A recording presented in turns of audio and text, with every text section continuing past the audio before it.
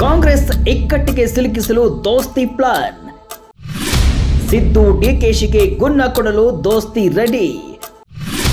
BJP ಜೆಡಿಎಸ್ಗೆ ಸಿಕ್ತು ಹೊಸ ಅಸ್ತ್ರ.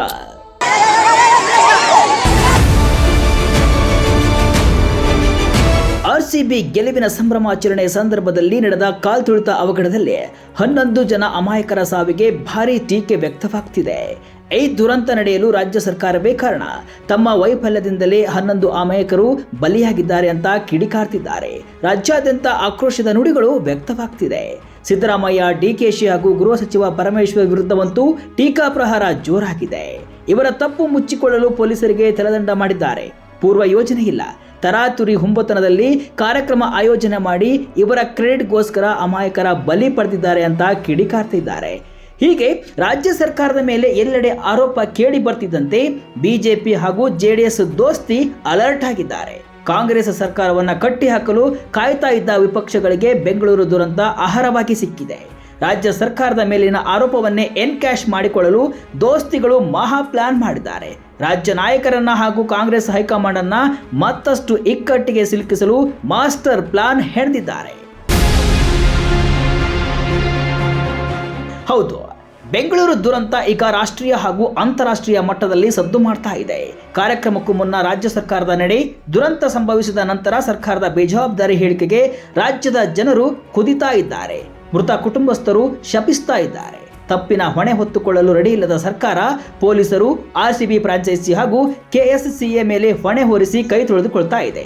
ಆದರೆ ರಾಜ್ಯ ಸರ್ಕಾರಕ್ಕೆ ಸರಿಯಾಗಿ ಬಿಸಿ ಮುಟ್ಟಿಸಬೇಕು ಅಂತ ಬಿಜೆಪಿ ಜೆಡಿಎಸ್ ದೋಸ್ತಿಗಳು ಒಂದಾಗಿ ಹೋರಾಟದ ಪ್ಲಾನ್ ಮಾಡಿದ್ದಾರೆ. ತಮ್ಮೆಲ್ಲ ಮುನಿಸುಗಳನ್ನು ಮರೆತು ಸರ್ಕಾರದ ವಿರುದ್ಧ ಒಂದಾಗಿ ತೊಡೆತಟ್ಟಿ ನಿಂತಿದ್ದಾರೆ. ನಿನ್ನೆ ವಿಪಕ್ಷ ನಾಯಕ ಆರ್ ಅಶೋಕ್, ಕೇಂದ್ರ ಸಚಿವ ಕುಮಾರಸ್ವಾಮಿ, ಬಿಜೆಪಿ ರಾಜ್ಯಾಧ್ಯಕ್ಷ ವಿಜಯೇಂದ್ರ ಜಂಟಿ ಸುದ್ದಿಗೋಷ್ಠಿಯನ್ನ ನಡೆಸಿ ಸರ್ಕಾರದ ವಿರುದ್ಧ ಸಿಡಿದೆದ್ದಿದ್ದಾರೆ. ಅನಂತರ ದೋಸ್ತಿಗಳು ಒಟ್ಟಾಗಿ ಸೇರಿ ಸರ್ಕಾರದ ವಿರುದ್ಧ ಹೋರಾಟಕ್ಕೆ ಸಜ್ಜಾಗ್ತಾ ಇದ್ದಾರೆ. ಪ್ರಜಾಸತ್ತಾತ್ಮಕ ಚಳವಳಿಗೆ ದೋಸ್ತಿ ಪ್ಲಾನ್. ಎಸ್, ರಾಜ್ಯಾದ್ಯಂತ ಸರ್ಕಾರದ ಬಗ್ಗೆ ಆರೋಪಗಳ ಸುರಿಮಳೆ ಬರ್ತಾ ಇದೆ. ಕಾಂಗ್ರೆಸ್ ಹೈಕಮಾಂಡ್ ಕೂಡ ಮುಜುಗರ ಅನುಭವಿಸಿದೆ. ಇಂತಹ ಟೈಮ್ನಲ್ಲಿ ವಿಪಕ್ಷವಾಗಿ ನಾವು ಸುಮ್ಮನೆ ಕೂರೋದು ಬೇಡ, ಇದನ್ನೇ ಲಾಭ ಮಾಡಿಕೊಂಡು ಸರ್ಕಾರಕ್ಕೆ ಬಿಸಿ ಮುಟ್ಟಿಸೋಣ ಅಂತ ಪ್ಲಾನ್ ಮಾಡಿದ್ದಾರಂತೆ. ಈಗಾಗಲೇ ಹೈಕೋರ್ಟ್ ಸ್ವಪ್ರೇರಿತ ಪ್ರಕರಣವನ್ನು ದಾಖಲಿಸಿಕೊಂಡು ವಿಚಾರಣೆಯನ್ನ ನಡೆಸಿದೆ. ಈಗ ದೋಸ್ತಿಗಳು ಸರ್ಕಾರದ ವಿರುದ್ಧ ದೂರು ದಾಖಲಿಸಿ ಕಾನೂನು ಹೋರಾಟದ ಜೊತೆಗೆ ಪ್ರಜಾಸತ್ತಾತ್ಮಕ ಚಳವಳಿಗೂ ಕೂಡ ಉಭಯ ಪಕ್ಷದ ನಾಯಕರು ಯೋಚನೆಯನ್ನ ಮಾಡಿದ್ದಾರೆ. ಹೈಕೋರ್ಟ್ ಮುಂದಿನ ಆದೇಶ, ಸರ್ಕಾರ ಕೈಗೊಳ್ಳಬಹುದಾದ ಇನ್ನಷ್ಟು ಕ್ರಮಗಳ ಬಗ್ಗೆ ಕಾದು ನೋಡಿ ಜನಪರ ಹೋರಾಟದ ರೂಪುರೇಷೆ ಬಗ್ಗೆ ಸಭೆ ಸೇರಿ ಚರ್ಚಿಸಲು ದೋಸ್ತಿಗಳು ಬಯಸಿದ್ದಾರೆ ಅಂತ ಮೂಲಗಳು ತಿಳಿಸಿವೆ. ದುರ್ಘಟನೆಯಿಂದ ಕಾಂಗ್ರೆಸ್ ಹೈಕಮಾಂಡ್ ಅನ್ನ ಮತ್ತಷ್ಟು ಮುಜುಗರಕ್ಕೆ ಸಿಲುಕಿಸಲು ದೋಸ್ತಿಗಳು ಮುಂದಾಗಿದ್ದಾರೆ. ಕಬ್ಬನ್ ಪಾರ್ಕ್ ಠಾಣೆಗೆ ಬಿಜೆಪಿ ನಿಯೋಗ ದೂರು.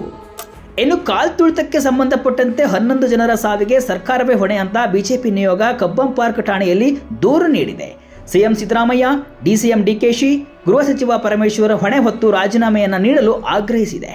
ವೈಫಲ್ಯ, ತಪ್ಪು ಮುಚ್ಚಿಕೊಳ್ಳಲು ಪೊಲೀಸ್ ಇಲಾಖೆಯ ಮೇಲೆ ಕ್ರಮವಾಗಿದೆ. ಜೊತೆಗೆ ಘಟನೆ ಎಫ್ಐಆರ್ ತನಿಖೆಗೆ 3 ಪ್ರತ್ಯೇಕ ಕ್ರಮ ಕೈಗೊಂಡಿರುವುದು ಕಣ್ಣೊರೆಸುವ ತಂತ್ರವಂತ ಅನುಮಾನಿಸಿದೆ. ಕಬ್ಬನ್ ಪಾರ್ಕ್ ಠಾಣೆಯಲ್ಲಿ ದಾಖಲಾಗಿರುವ ಎಫ್ಐಆರ್, ಡಿಪಿಆರ್ಗೆ ಸಲ್ಲಿಕೆಯಾದ ಪತ್ರ, ನಂತರದ ಎಲ್ಲಾ ಬೆಳವಣಿಗೆಗಳು ಸರ್ಕಾರದೇ ತಪ್ಪು ಅಂತ ಬೊಟ್ಟು ಮಾಡಿವೆ. ಕಾನೂನು ಕ್ರಮ ಜರುಗಿಸಬೇಕು ಅಂತ ಕಬ್ಬನ್ ಪಾರ್ಕ್ ಠಾಣೆಗೆ ದೂರನ್ನ ನೀಡಿದ್ದಾರೆ. ಒಟ್ಟಿನಲ್ಲಿ ಬೆಂಗಳೂರು ದುರಂತವನ್ನೇ ಲಾಭ ಮಾಡಿಕೊಂಡು ಬಿಜೆಪಿ ಜೆಡಿಎಸ್ ನಾಯಕರು ಒಂದಾಗಿ ರಾಜ್ಯಾದ್ಯಂತ ಹೋರಾಟಕ್ಕೆ ಮುಂದಾಗಿವೆ. ಈ ಘಟನೆಯನ್ನ ರಾಜ್ಯ ಸರ್ಕಾರದ ತಲೆಗೆ ಕಟ್ಟಿ ಸರ್ಕಾರದ ವೈಫಲ್ಯಗಳನ್ನು ರಾಜ್ಯದ ಜನರ ಮುಂದೆ ತೆರೆದಿಡಲು ಪ್ಲಾನ್ ಮಾಡಿವೆ. ಇನ್ನಷ್ಟೇ ಹೋರಾಟದ ರೂಪರೇಷೆಗಳು ರೆಡಿಯಾಗಬೇಕಿದೆ. ಪ್ರತಿಪಕ್ಷದ ಈ ಅಸ್ತ್ರಕ್ಕೆ ರಾಜ್ಯ ಸರ್ಕಾರ ಹೇಗೆ ಕೌಂಟರ್ ಕೊಡುತ್ತೆ ಕಾದ್ ನೋಡಬೇಕಿದೆ.